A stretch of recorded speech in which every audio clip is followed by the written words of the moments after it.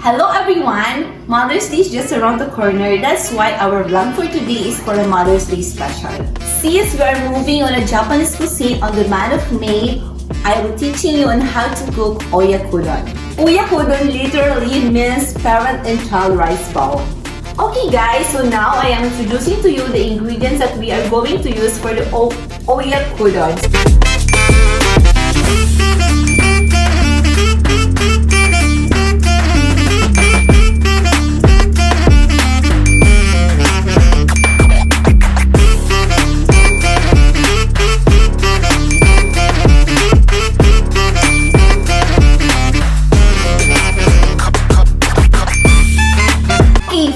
Guys, so magbo-boil tayo ng water.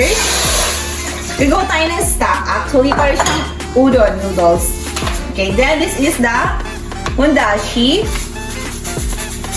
Tansyahin nyo na lang yan. So this is the hondashi. We will bring it into a boil. So guys, ito na yung hondashi natin. Yan, ito yung stock na gagamitin natin.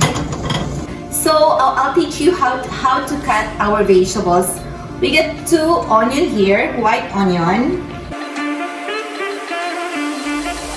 Now, at least scallion natin. Gagamit ako ng tatlong egg. Yan. 2, 3. Then, don't overmix. So guys, this is the main ingredients of making Oyakodon. Thigh part of chicken, na-debone na siya, then you should remove the skin on it. Then, we will slice it into bite size. Okay guys, so now we are going to cook. Now first, we will put a stock. This is the hondashi stock that we make. Then, we will put now the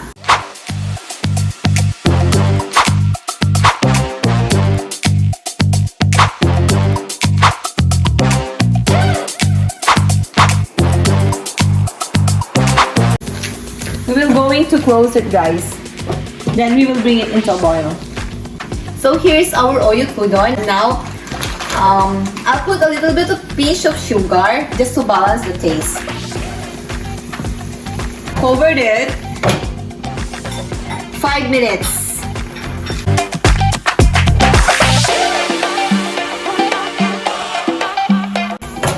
Okay, so 5 minutes is over now.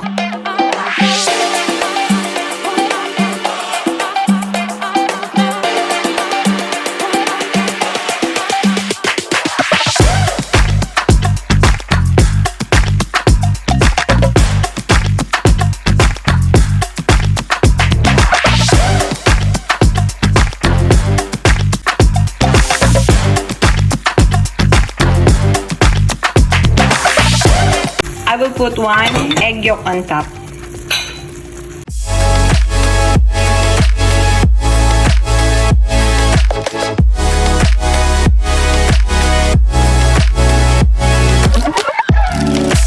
Maglalagay lang ako ng a little bit nori. Tapos, yeah, cilantro. Okay. Okay. Here's our Oyakodon.